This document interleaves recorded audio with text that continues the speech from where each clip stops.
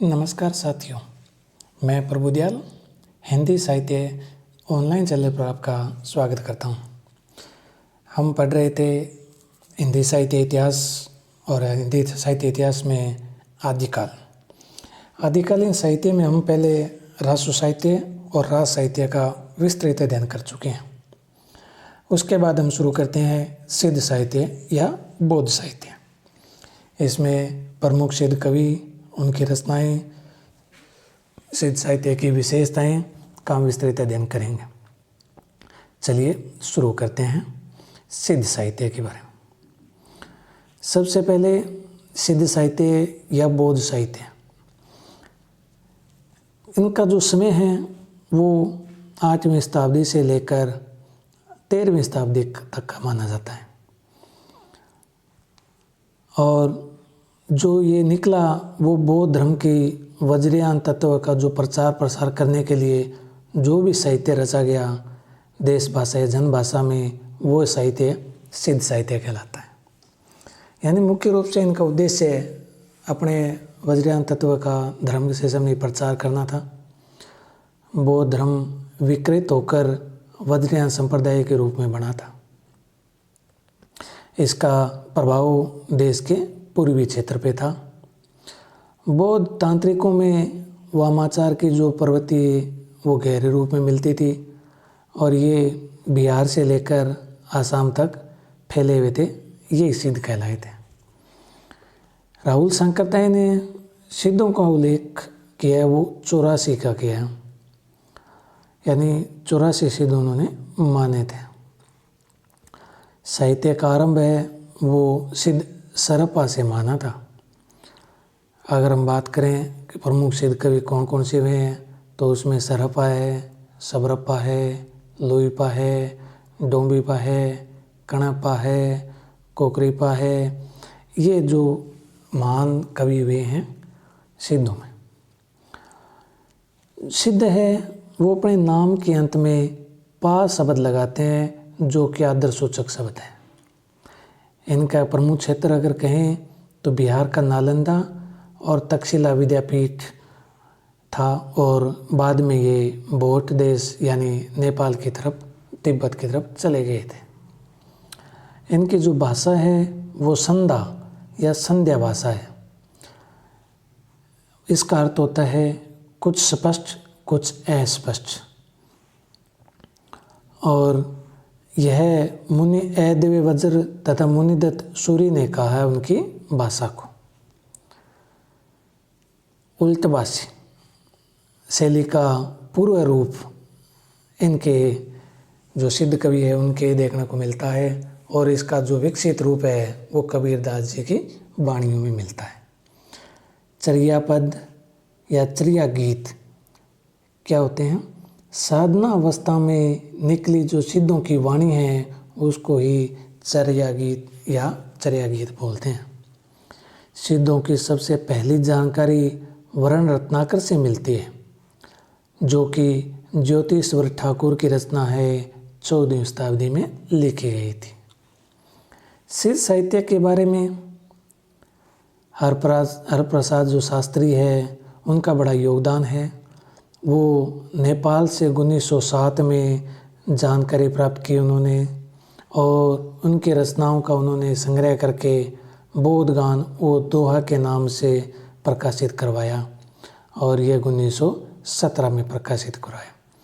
हरप्रसाद शास्त्री है, उन्होंने सिद्धों की भाषा को आलो अंधारी कहा है, जिसका अर्थ होता है अंधेरे में भी उजाला। उसके बाद हम बात करते हैं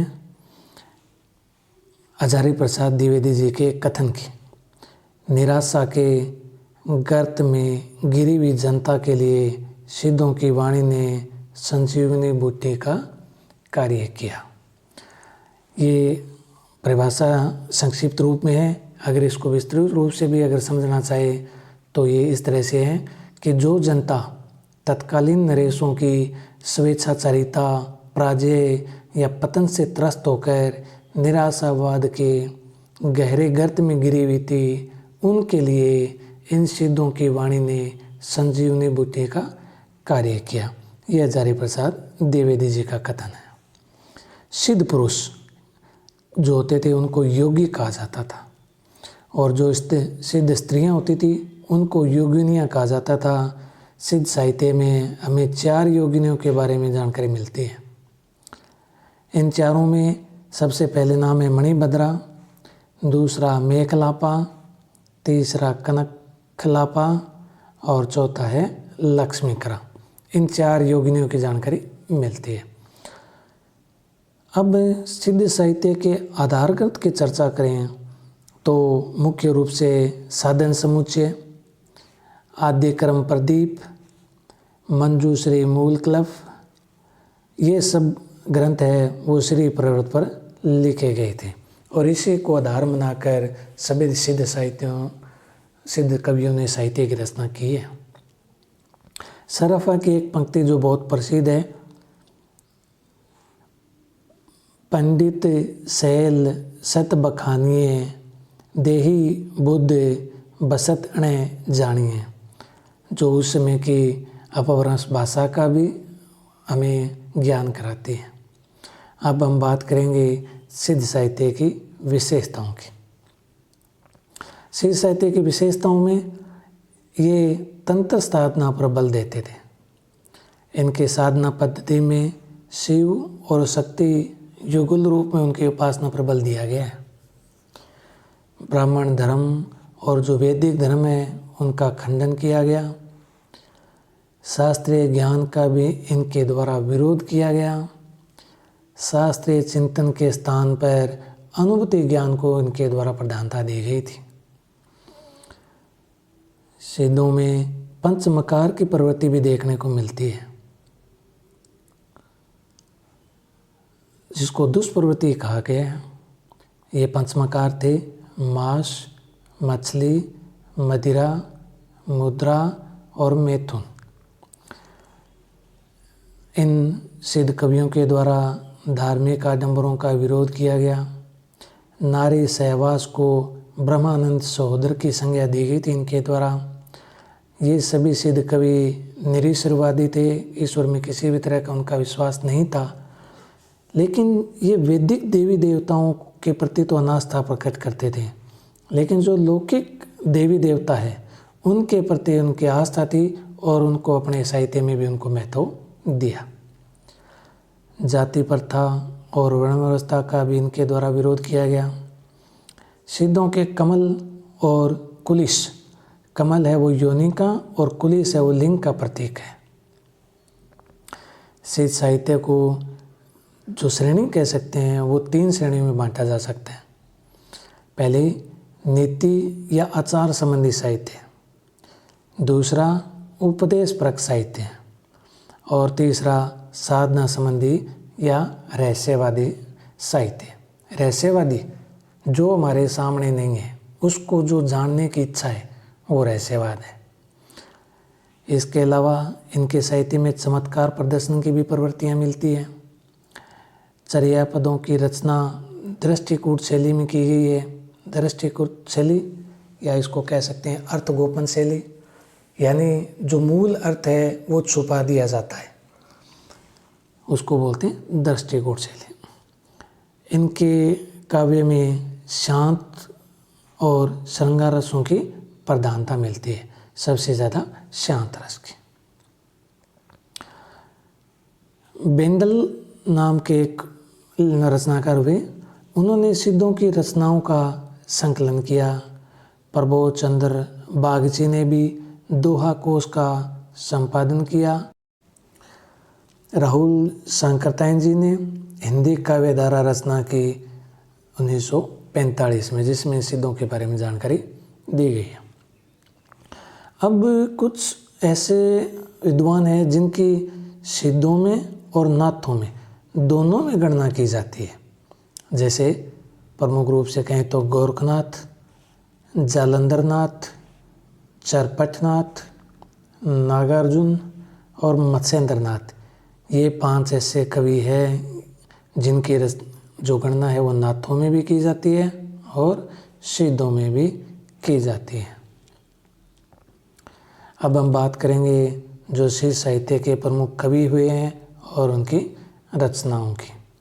सबसे पहले हम बात करते हैं सरपा की। सरपा जिनका समय 769 ईस्वी माना गया है, दोहा कोश इनकी प्रमुख रचना है, खंड काव्य श्रेणी की रचना है ये।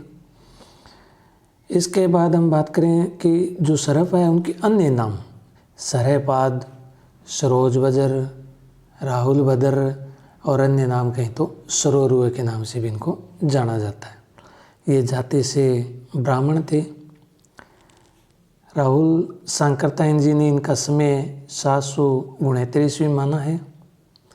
इन्होंने 32 ग्रंथों की रचना की थी और शुक्ल जी ने इनका समय विक्रम संवत 690 ईस्वी 90 के आसपास माना है। ये समय विक्रम संवत में है। सर्वमान्य हिंदी के प्रथम कवि माने जाते हैं। सहजयान शाखा या सिद्ध मार्ग के प्रवर्तक माने जाते हैं। सर्वप्रथम चौपाई और दोहा पद्धति का प्रयोग भी सरपा ने ही किया था। दोहा कोश रचना का संपादन है वो राहुल सांकृत्यायन द्वारा भी किया गया था। इनकी रचनाओं की बात करें तो दोहा कोश गीति, दोहा कोश उपदेश गीति और काम कोश वज्र गीति अन्य रचनाएँ भी मिलती है। अब हम बात करेंगे सबरपा की। सबरपा का जो समय है वो 780 ईस्वी के आसपास माना जाता है। चर्या पद इनकी सबसे प्रसिद्ध रचना है। महामुद्रा, वज्र गीति और वज्र योगिनी साधना भी रचनाएँ हैं इनकी। इनका जन्म क्षत्रिय वंश में हुआ और ये सरपा के शिष्य हैं। इन्होंने माया मोह का विरोध किया और सहज जीवन पर बल दिया था और सहज जीवन को ये मोक्ष का द्वार मानते थे। उसके बाद हम बात करेंगे लुइपा की। लुइपा का जो जन्म है वो 773 ईस्वी के लगभग हुआ था। इनकी प्रसिद्ध रचना लुइपाद गीतिका है। इसके अतिरिक्त बुद्धोदय, अभिसमय, विभग भी इनकी रचनाएँ हैं। ये सबरपा के शिष्य माने जाते हैं और सहज धर्म के प्रथम आचार्य भी इनको कहा जाता है। धर्मपाल राजा के समय इनका जन्म एक कायस्थ परिवार में हुआ। नागेंद्र के अनुसार 84 सिद्धों में साधना की दृष्टि से इनका सर्वोच्च स्थान है। साधना का प्रभाव इनका ऐसा था कि उड़ीसा के शासक दारिकपा और उनके मंत्री डेंगीपा भी इनके शिष्य हो गए थे। इनका जो वर्णीय विषय है वो रहस्यवाद रहा है। उसके बाद हम बात करेंगे डोंबिपा की। डोंबिपा का जो समय है वो लगभग 840 ईस्वी के लगभग माना जाता है। इनकी रचना डोंबी गीतिका, योगचर्या और अक्सर द्विकोपदेश इनकी रचनाएँ हैं। इनका जन्म मगध के क्षत्रिय वंश में हुआ था। इनके द्वारा रचित ग्रंथों की संख्या 21 मानी जाती है। उसके बाद हम बात करेंगे कणप्पा की। कणप्पा जन्म लगभग 820 ईस्वी के आसपास। चर्या चर्य पद विनिश्चय, चर्या चर्य विनिश्चय इनकी रचना है। इसके अलावा कण्हपाद गीतिका भी इनकी रचना है। ब्राह्मण परिवार में कर्नाटक में इनका जन्म हुआ। इनका जो क्रम क्षेत्र है वो बिहार का सोमपुर स्थान था। ये जालंधरपा के शिष्य थे। 74 ग्रंथ इनके द्वारा रचित है और इनका जो साहित्य है उसमें वर्ण्य विषय वो एक दार्शनिक रहा है। उसके बाद हम जो अन्य कवि है सिद्ध कवि में उनकी बात करें तो बुसुकपा ने बोधिचर्या अवतार नाम की रचना लिखी थी। कोकुरुपा ने योग भावनोपदेश, चर्यापद सहित 16 ग्रंथों की रचना की थी। इनका जन्म कपिलवस्तु ब्राह्मण परिवार में हुआ, कपिलवस्तु में, और चरपटिया इनके गुरु थे। उसके बाद बात करें आर्थ देवपा, इन्होंने कावेरी गीतिका लिखी। कवणप्पा, इन्होंने चरिया गीतिका लिखी। कंबलप्पा, इन्होंने असंबंध सर्ग दृष्टि नाम के ग्रंथ की रचना की थी। गुंड्रिपा, इन्होंने भी चरिया गीति की रचना की। जालंधरपा, इन्होंने युक्त मंजरी गीति और हुंकारचित और भावनाक्रम जैसे ग्रंथों की रचना की थी। दारिकपा, जो कि उड़ीसा के राजा थे, बाद में वो शिष्य हो गए थे, और उन्होंने महागुआ तत्वोपदेश नामक ग्रंथ की रचना की थी। उसके बाद हम बात करें दामपा की। दामपा ने सुगत दृष्टि गीतिका चर्या की रचना की थी। अब इन विद्वानों के बारे में कुछ आलोचकों के मत है। सबसे पहले हम बात करें शुक्ल की, तो शुक्ल जी ने कहा कि सिद्धों में सरहपा सबसे पुराने सिद्ध है। इनका समय विक्रम संवत 690 है। उसके बाद हम बात करें बचन सिंह जी की। बचन सिंह जी ने कहा था कि आक्रोश की भाषा का पहला प्रयोग सरहपा में दिखाई देता है। ये बचन सिंह जी का कथन है। उसके बाद हम बात करें राहुल सांकृत्यायन जी की, तो उन्होंने कहा था कि सरहपा 2 चौपाई के प्रथम प्रयोक्ता तथा हिंदी के प्रथम कवि है, राहुल सांकृत्यायन जी के द्वारा। सरहपा का जो समय है वो 690 विक्रम संवत गुलाब राय जी और डॉक्टर विनयतोष भट्टाचार्य के द्वारा भी माना गया है। आज के लिए इतना ही, यानी आज हमने नाथ साहित्य संबंधित प्रमुख कवियों और उनके लिखित ग्रंथों के अलावा नाथ साहित्य की विशेषताओं के बारे में भी विस्तृत अध्ययन किया। आज के लिए इतना ही। बहुत बहुत धन्यवाद। क्लास को आगे भी शेयर करें, सब्सक्राइब करें और सुझाव भी देते रहें। बहुत बहुत धन्यवाद।